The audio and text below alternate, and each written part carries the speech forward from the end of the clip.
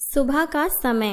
रामपुर गांव में कमला अपने छोटे से कच्चे घर में रहती है, जहां एक ही कमरा है। राधा रसोई में कुछ काम कर रही है। बाप रे, सूर्यदेव जैसे हमें ही घूर रहे हों। कितनी तेज धूप है, पानी का स्टॉक भी खत्म हो रहा है। अब इतनी गर्मी में तो हर चीज खत्म हो जाती है। सोचती हूँ अगर पैसा होता तो एक टंकी ही लगवा लेते। हाँ माँ जी, और एक बढ़िया सा कूलर भी, तब थोड़ी राहत मिलती। चलो सब्र करो, कोई ना कोई रास्ता तो निकालेगा ही ऊपर वाला। कविता छत से घिया लेकर नीचे आती है। माँ, मेल में बड़े बड़े घिए लगे हैं, टोकरी भरकर तोड़ लाई हूँ। अच्छा किया, आज की सब्जी का खर्चा तो बच गया, वरना हर दिन बाजार जाना मुश्किल हो जाता है। शाम का समय। रसोई घर में। बहू, इतनी जल्दी चूल्हा जला लिया? माँ जी, देर करने पर गर्मी बहुत हो जाती है और पंखा भी चूल्हे की गर्मी से गर्म हवा देने लगता। अच्छा है, गर्मी में समय से खाना बन जाए तो बेहतर है। खाना बनकर तैयार होता है और सभी को परोसा जाता है। क्या रोज रोज यही घिया बनेगा? कभी कुछ अच्छा भी बना लिया करो। बाबूजी,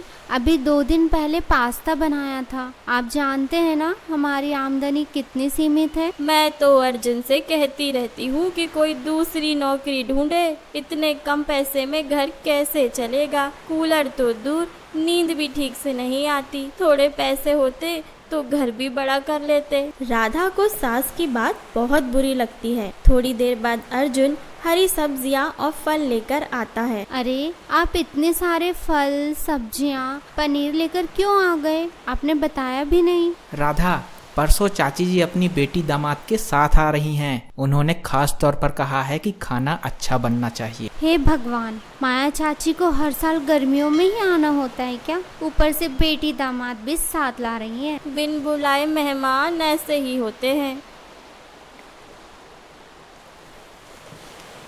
2 दिन बाद गांव के बस स्टॉप पर। अरे अर्जुन बेटा, हम बस स्टॉप पे खड़े हैं। इतनी गर्मी है कि सिर चकराने लग गया है हमारा। तू अब तक नहीं पहुंचा? चाची जी, मैं निकल ही रहा था, लेकिन बाहर बहुत तेज धूप थी तो थोड़ी देर रुक गया। अब आ रहा हूँ। अर्जुन सिर पर गमछा बांधकर तेज धूप में निकलता है और उन्हें बस स्टॉप से लाता है। छी भाभी, कितनी गंदी जगह है आपका घर। छोटा सा, अंदर गली में, और सड़क भी कितनी खराब। देखो ना, हमें लेने में इतनी देर हो गई। हम तो पहली बार अपने दामाद को लेकर आए थे। अगर हमें बुरा लगता तो हर साल तुम्हारा स्वागत न करते। माया मुंह बना लेती है। राधा सत्तू का शरबत लाती है। क्या भाभी जी, पहली बार आया हूँ और आप सत्तू पिला रही हैं? मैंगो शेक, दही भल्ले, छोले भटूरे क्यों नहीं बनाए? हाँ, क्यों नहीं। आप सत्तू लीजिए, तब तक छोले भटूरे का इंतजाम मैं करती हूँ। राधा अर्जुन से पैसे और मेहमानों की फरमाइश पर चर्चा करती है। अर्जुन जी,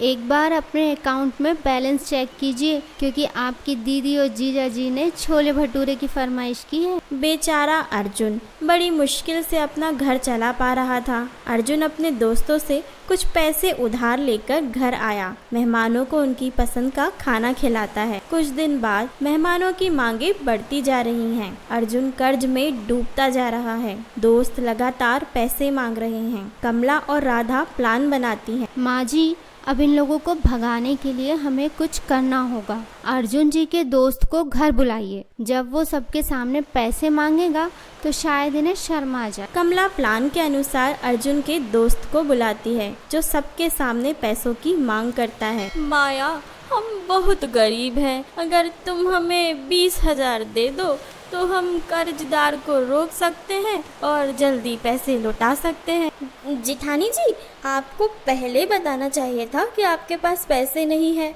या आपको पैसों की ज़रूरत है। आज शाम को तो हम लोग अपने घर जा रहे हैं, तो आप तो जानते हो एक शहर से दूसरे शहर में आने जाने में कितना खर्चा होता है। मेरे पास 2,000 भी नहीं है। माया, प्रिया और रोहित दोपहर की धूप में घर छोड़ देते हैं। मेहमानों के जाने के बाद परिवार चैन की सांस लेता है। अगली सैलरी आने पर अर्जुन कर्ज चुका देता है। गर्मी सिर्फ मौसम की नहीं, हालातों की भी होती है, मगर जब परिवार साथ हो तो हर परेशानी का हल निकल ही जाता है।